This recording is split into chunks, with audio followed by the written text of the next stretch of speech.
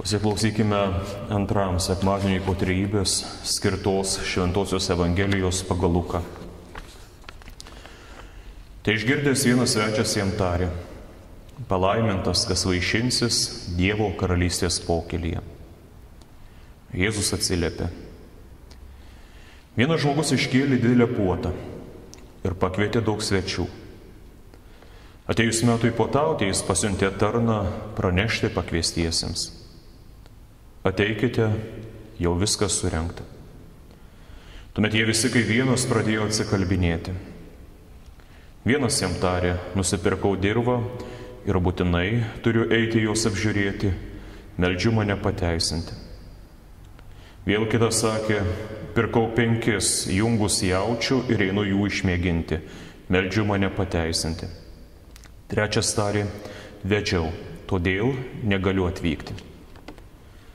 Tarnas sugrįžęs viską apsakė šeimininkui, šis supyko ir įsakė tarnui: skubiai eik į miesto aikštes ir skersgatvius ir vežk čionai visus vargšus, paliegėlius, aklus ir luošus.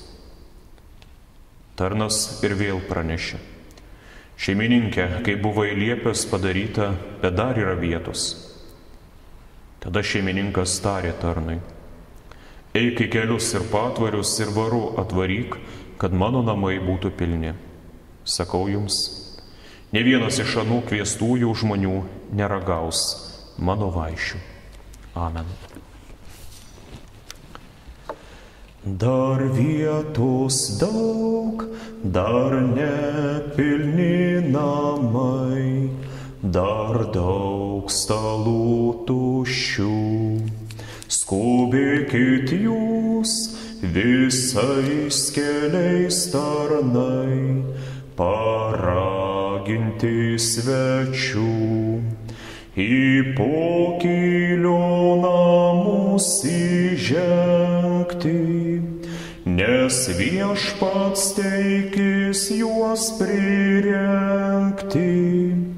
Dar vietos daug, dar vietos daug, bet metas jau, nes laikas bėga greit, vidurnaktis arti ir valanda lemtinga tuoj ateis, tai siela būk budri, nes gali jau atvykti jaunikis, jį atvira širdim sutiki.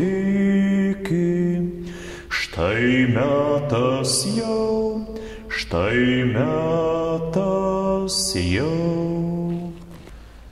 Malonė mūsų Viešpaties Jėzaus Kristaus, meilė Dievo Tėvo ir bendrystė Šventosios Dvasios teesie ir te pasilieka su mumis visais. Viešpatie, laimink mūsų savojo žodžio pažinimu, nes tavo žodis tikroji tiesa ir žiburys mūsų gyvenimo keliui. Amen. Šabo dieną Jėzus svečiavosi vieno fariziejaus namuose. Graikiškame tekste yra paminimas dar ir žodis duona. Tai yra, kad Jėzus atėjo valgyti duonos. Tais laikais susėdus prie stalo būdavo laužoma duona ir tai būdavo pagrindinis to laiko žmonių maistas. Nors žinoma, pasiturinčiose namuose būdavo gausu ir kitokio maisto. Žmogus pasikvietęs Jėzų buvo neeilinis fariziejus, tai buvo vienas iš fariziejų vyresniųjų ir autoritetų. O Jėzus, kaip žinia, ne visuomet gerai sutardavo su fariziejais. Todėl daug piktų, pilnų nepasitikėjimo žvilgsnių krypo į Jėzų. Daugelis atidžiai jį stebėjo, klausėsi, ką pasakys Jėzus. O buvo ir tokių, kurie ieškojo, kuo apkaltinti Jėzų. Ir apie tokias akimirkas sakoma, kad tiesiog ore tvyrojo įtampa. Tuomet Jėzus sutinka vandenligę sergantį žmogų. Ir pirmiausia, Jėzus kreipiasi į įstatymo žinovus ir mokytojus. Valia per šabą gydyti ar ne? Kadangi jie tylėjo ir nieko nesakė, tai jis jų akivaizdoje išgydo ligonį. O kai kuriems dėl to ėmus tyliai piktintis, nes išgydymą fariziejai laikė darbu, Jėzus klausė jų, į kurio iš jūsų sūnus ar galvijas įkris į šulinį. Argi šis tučtuojau neištrauks jų šabo dieną? Tačiau į tai jie nieko neatsakė. Ką Jėzus norėjo mums tuo parodyti ir pasakyti? Pirmiausiai, kad visi žmonės jam yra brangus, kad jis trokšta visų žmonių išganimo. Už visus pasirengęs atiduoti savo gyvybę kaip išpirką. Antra, jis trokšta parodyti savo dievišką galią ir savo didybę. Nes šabo diena yra ne Dievui, bet įsakyta dėl žmogaus ir žmonėms. Tai žmogus turėtų nustoti darbuotis, o Dievas niekada nenustoja darbuotis. Ir trečia, jeigu mes matome, kokiame mirtame pavojuje esame, turėtume nedelsiant priimti mums Dievo ištiestą pagalbos ranką. Ir ši ranka mums yra tiesiama per Dievo žodį, sakramentus, šventąją dvasią. Po to kai kuriems susirinkusiems Jėzus duoda mums gerai žinomą palyginimą apie pirmasias vietas, kuris užbaigiamas pamokymu. Kiekvienas, kuris save aukština, bus pažemintas, o kuris žemina, bus išaukštintas. O pakvietusiam jį vaišių fariziejai duoda štai tokį, sakyčiau, iš pirmo žvilgsnio keistoką pamokymą. Keldamas pietus ar vakarienę, nekvies nei savo draugų, nei brolių, nei giminaičių, nei turtingų kaimynų, kad kartais jie savo ruožtu nepasikviestų tavęs ir tau nebūtų atlyginta. Rengdamas vaišes verčiau pasikvies vargšų, paliegėlių, luošų ir aklų. Tai būsi palaimintas, nes jie neturi kuo atsilyginti ir tau bus atlyginta teisiųjų prisikėlime. Matomai mintise turima ne kokia nors eilinė puota. Kaip kad švenčiant gimtadienius, kuriuose norime matyti tik tai savo brangiausius, artimiausius. Matomai tą vakarienę fariziejus iškėlė, kad įgytų savo bičiulių palankumą. O Jėzus įmoko, jie nori įgyti palankumą Dievo akise. Pamaitink vargstantį, padėk silpnam ir išsekusiam, pagelbėk luošam ar netekusiam regėjimo, tuomet būsi palaimintas. Kadangi dažnai jie neturės tau kuo atsilyginti, teisiųjų prisikėlime tau atlygins pats Dievas.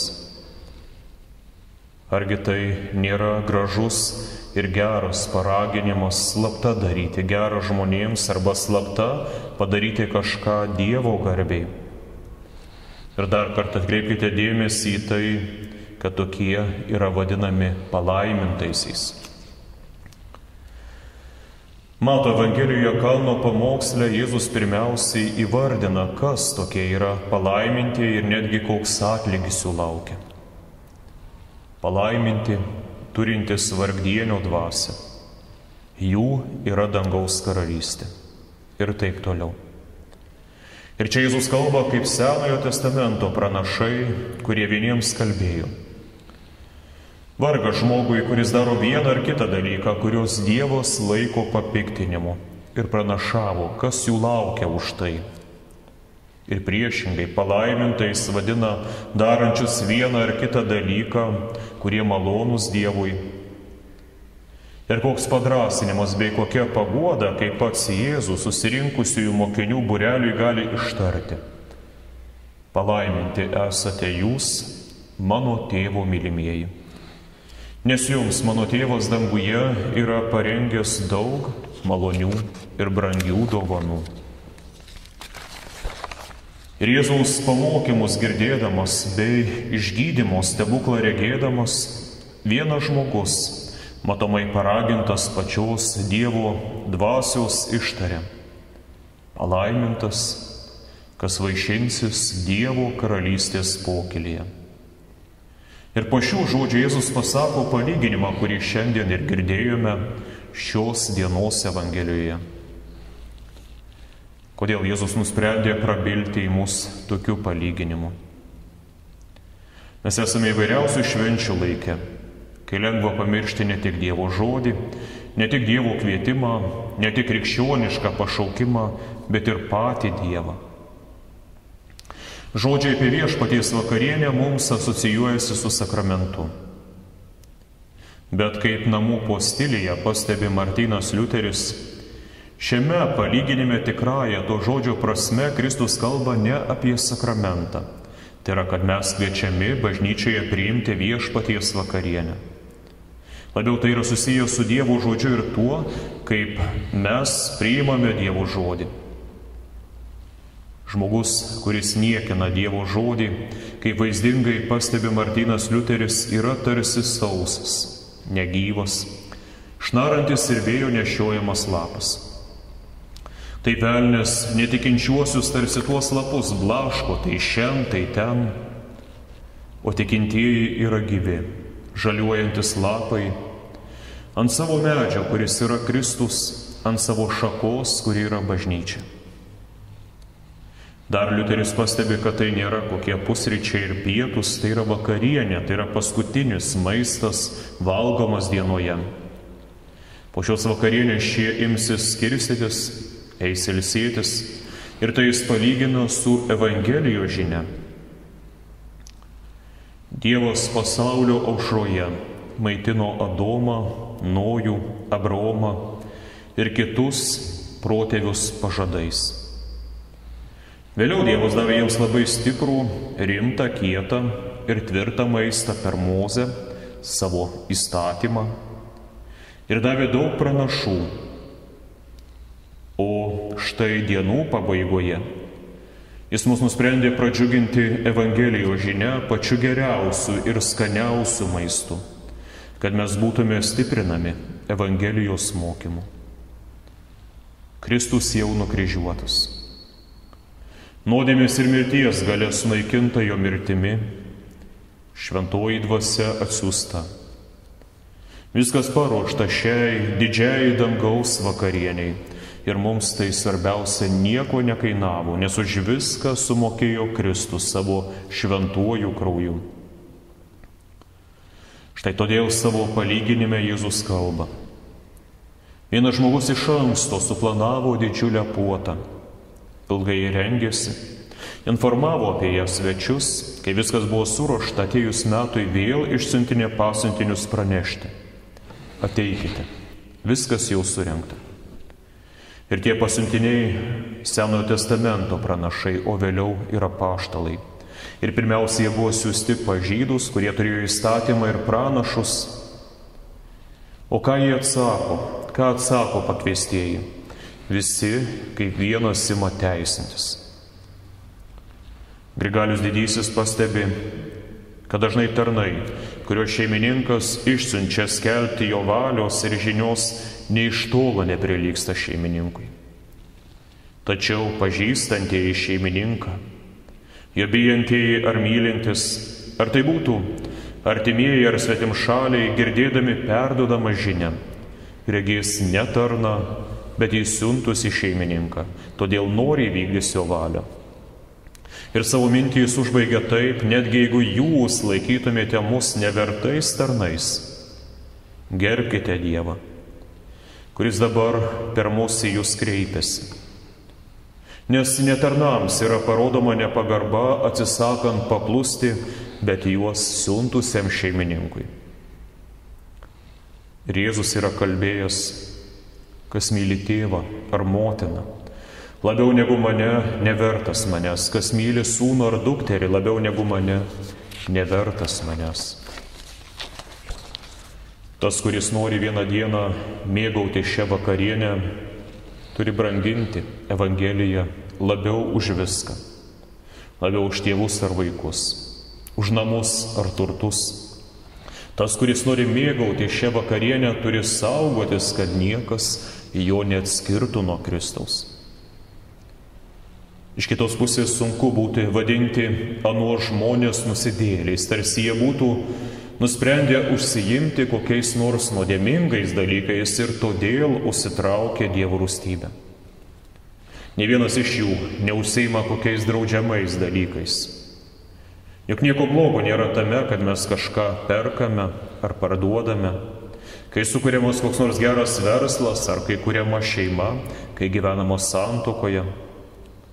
Bet tai jų neapsaugo ir neišgelbėja nuo Dievo rūstybės ir pasmerkimo. Todėl šis palyginimas primena mums, kad neturėtume tapti tokiais kaip jie. Nes jie taip pat buvo prisirišę prie anų dalykų, kad nebuvo pasirengę nė akimirką juos palikti. Ir tai vadinama priklausomybė. Net kai Dievas įsako palikti visus savo kasdieniškus darbus, net kai Evangelija to reikalauja Kristaus garbei ir šloviai, niekam neturėtume leisti mūsų atskirti nuo Dievo meilės ir jo žodžio. Nes jei ir ką prarastume dėl Kristaus, mes vis vien gautume daugiau. Pavyzdžiui, jeigu kas nors dėl Kristaus ir Evangelijos prarastų savo gyvybę, tai jis įgytų daugiau. Jis gautų amžinąjį gyvenimą, amžinojo gyvenimo dovaną. Todėl šiuos Kristaus žodžius girdėdami turime suprasti, kad nė vienas negalės ateiti į šią šventą puotą, jeigu jis neturės tikro ir Dievui patinkančio tikėjimo. Ant anų šeimininkas be galo supyksta, todėl jis liepia savo tarnams surinkti iš gatvių ir patvorių ir atvaryti visus suluošintus ir elgetas. Jeigu pirmieji buvo tokie kaip fariziejai, kurie yra atmetami, tai dabar iš aikščių ir skersgatvių į puotą kviečiami tokie, kuriems Mozės įstatymu buvo uždrausta ateiti į šventyklą, nes jie buvo nusidėjėliai ar buvo kaip nors kūniškai suluošinti ar dvasiškai suluošinti. Pirmiausia atvedami tie, kuriuos fariziejai laikė savo tautos atmatomis ir nusidėjėliais bei pasmerktaisiais. Tai yra ta negarbingoji Izraelio dalis atvedama į išganimą.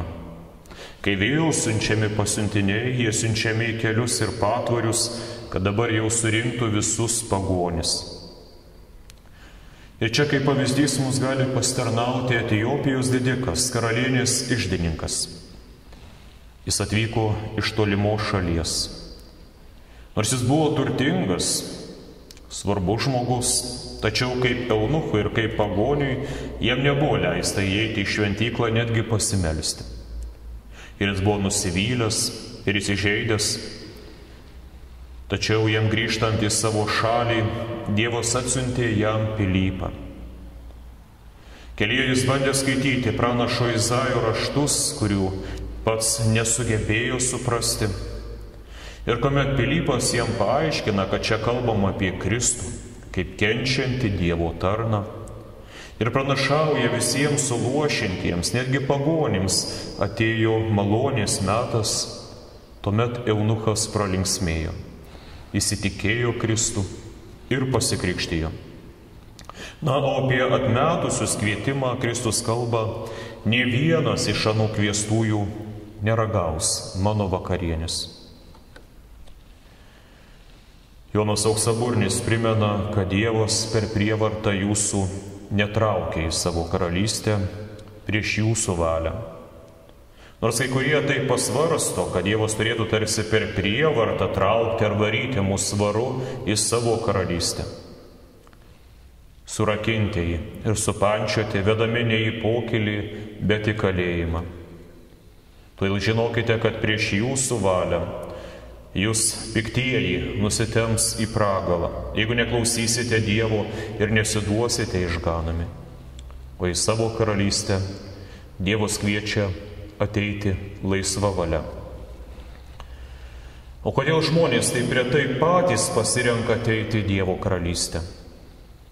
Tai Jonas atsako, dėl savo įgimto silpnumo, ir nuodėmingumu.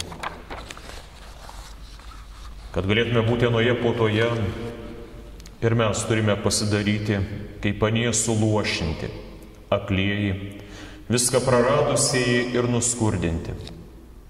Tai reiškia taip liūdėti dėl savo nuodėmių ir dėl savo trūkumų.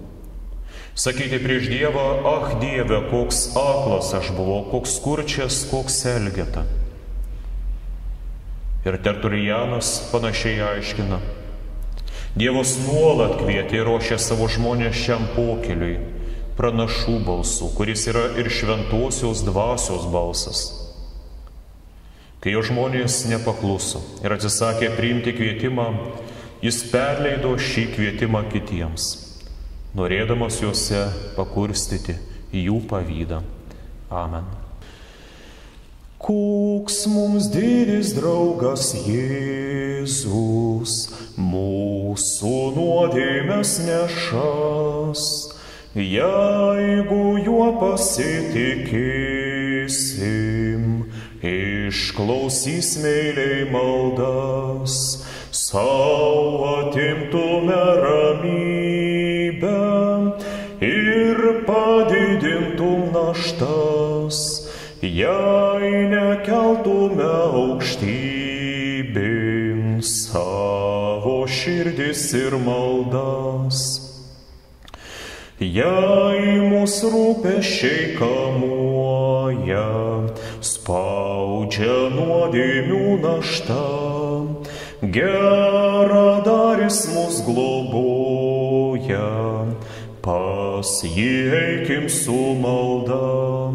Jei visi tave palieka, šaukis Dievo maldoje, nuraminsis tavo sielą ir tikrai paguos tave.